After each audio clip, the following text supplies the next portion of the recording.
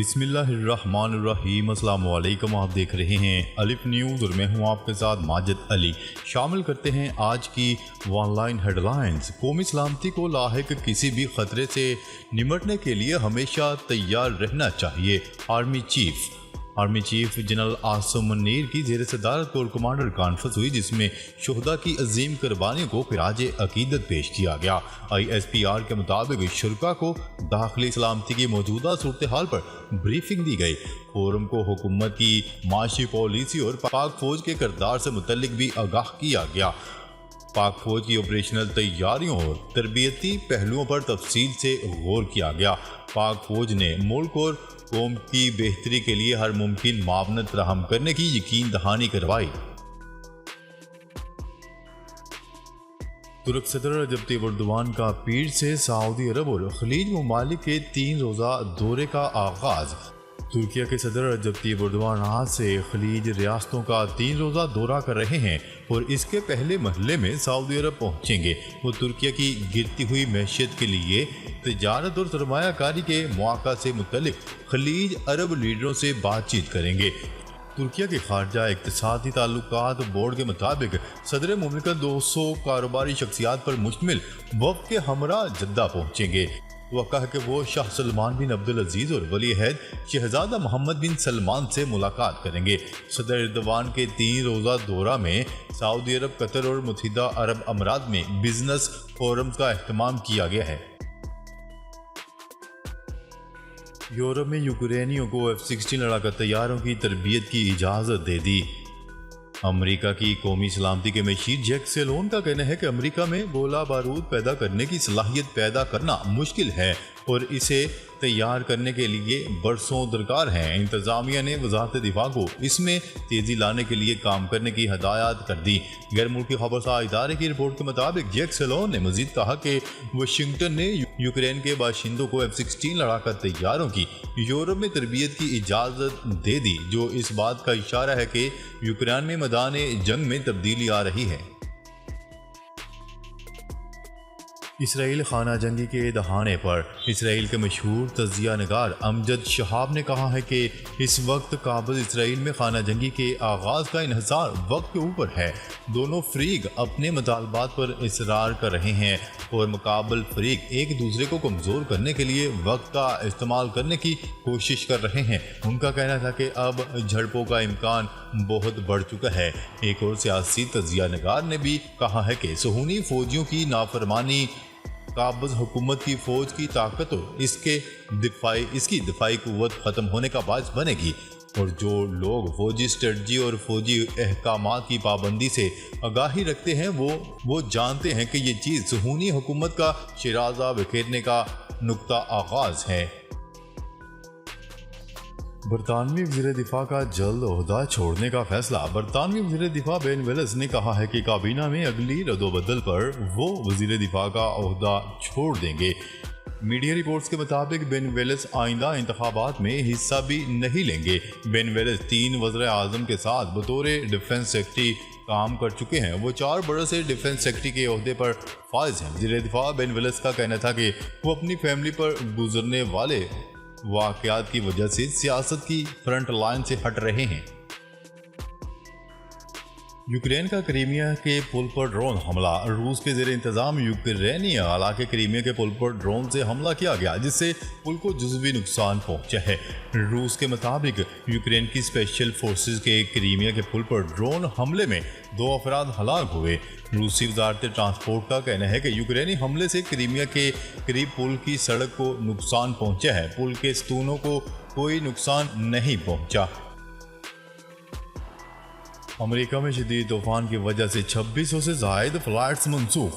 اتوار کو امریکہ میں طوفان کی وجہ سے 2600 سے زائد فلائٹس منسوخ جبکہ 8000 کے قریب ملتوی کر دی گئیں۔ فیڈرل ایوییشن ایڈمنسٹریشن کے مطابق زیادہ تر فلائٹس شمال مشرقی علاقوں میں منسوخ ہوئیں، جبکہ 1320 فلائٹس نیو جرسی کے new York Liberty international airport سے منسوخ ہوئیں۔ واضح ہے کہ امریکہ کی شمال مشرقی ریاستوں میں شدید بارشوں اور سیلابی صورتحال ہے۔ بھارتی دارالحکومت نئی دہلی میں دریائے جمنا میں پانی ایک بار پھر خطرناک سطح سے اوپر جا پہنچا۔ بھارتی میڈیا کی رپورٹ کے مطابق پیر کی دوپہر دریائے جمنا میں پانی کی سطح ایک بار پھر خطرناک لیول سے اوپر 205.84 میٹر ریکارڈ کی گئی۔ بھارت کی سبکی کینیڈا کے ایک اور شہر میں خالستان کے لیے ریفرینڈم سکھ فار جسٹس کے زیر اہتمام انٹاریو کے نواحی شہر مارٹن میں خالستان ریفرینڈم کے دوسرے مرحلے کے لیے ووٹنگ ہوئی، جس میں ہزاروں سکھوں نے حصہ لیا۔ ووٹنگ رکوانے کے لیے بھارتی کوششیں ناکام ہو گئیں۔ پنجاب ریفرینڈم کمیشن کے تحت صبح 9 بجے دعا کے بعد ووٹنگ کا آغاز ہوا۔ ووٹنگ کا عمل شروع ہونے سے پہلے صبح 8 بجے ہی ہزاروں افراد ووٹ ڈالنے کے لیے قطاروں میں کھڑے ہو گئے تھے۔ اسرائیلی قابض فوج کا مسجد اقصی پر چھاپا۔ اسرائیلی قابض فوج نے مسجد اقصی پر چھاپے کے دوران 2 حقیقی بھائیوں کو حراست میں لے لیا۔ مسجد اقصی پر چھاپے کے دوران اسرائیلی فوج کے ہاتھوں گرفتار فلسطینی نوجوان کی شناخت خالد اور عبد الرحمان شریف کو باب المجلس سے حراست میں لیا گیا۔ انہی شاہدین نے کہا ہے کہ خالد شریف کو اس لیے حراست میں لیا گیا کیونکہ وہ فلسطینی نمازیوں کو مسجد اقصی میں نماز کی سہولت فراہم کر رہا تھا۔ Army chief general Asim Munir کا ایران کا 2 روزہ کامیاب دورہ اختتام پذیر۔ ISPR کے مطابق army chief general Asim Munir نے ایران کی عسکری قیادت سے ملاقاتیں کی۔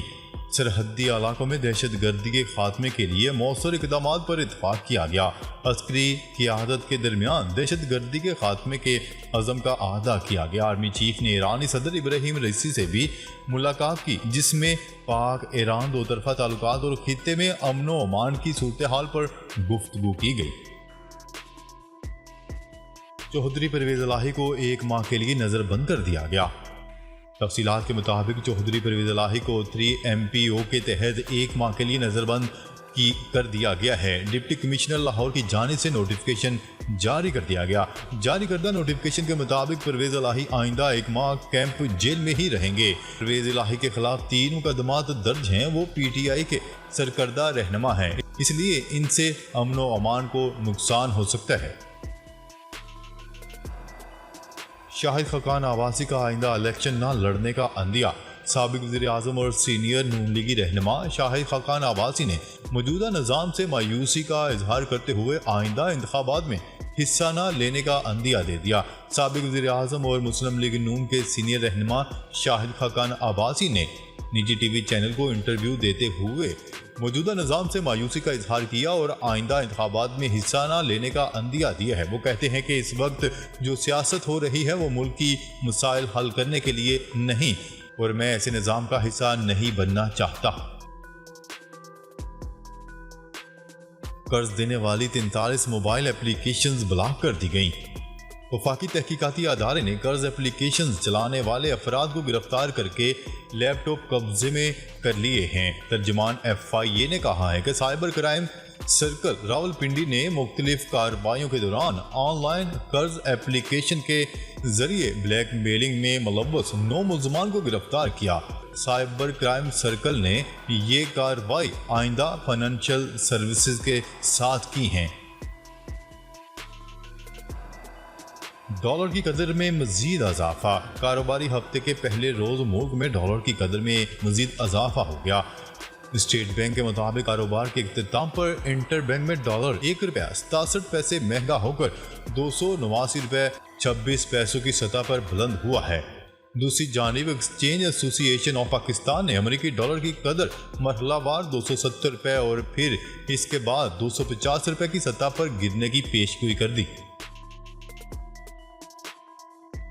سونے کی فی تولہ قیمت میں 1600 روپے کا اضافہ۔ عالمی مارکیٹ میں فی اونس سونے کی قیمت 2 امریکی ڈالر اضافے کے بعد 1957 ڈالر پر پہنچ گئی۔ دوسری جانب لاہور، کراچی، اسلام آباد، پشاور، کوئٹہ، حیدرآباد، سکھر، ملتان سمیت دیگر جگہوں پر فی تولہ سونے کی قیمت 1600 روپے بڑھ کر 2,14,800 روپے ہو گئی۔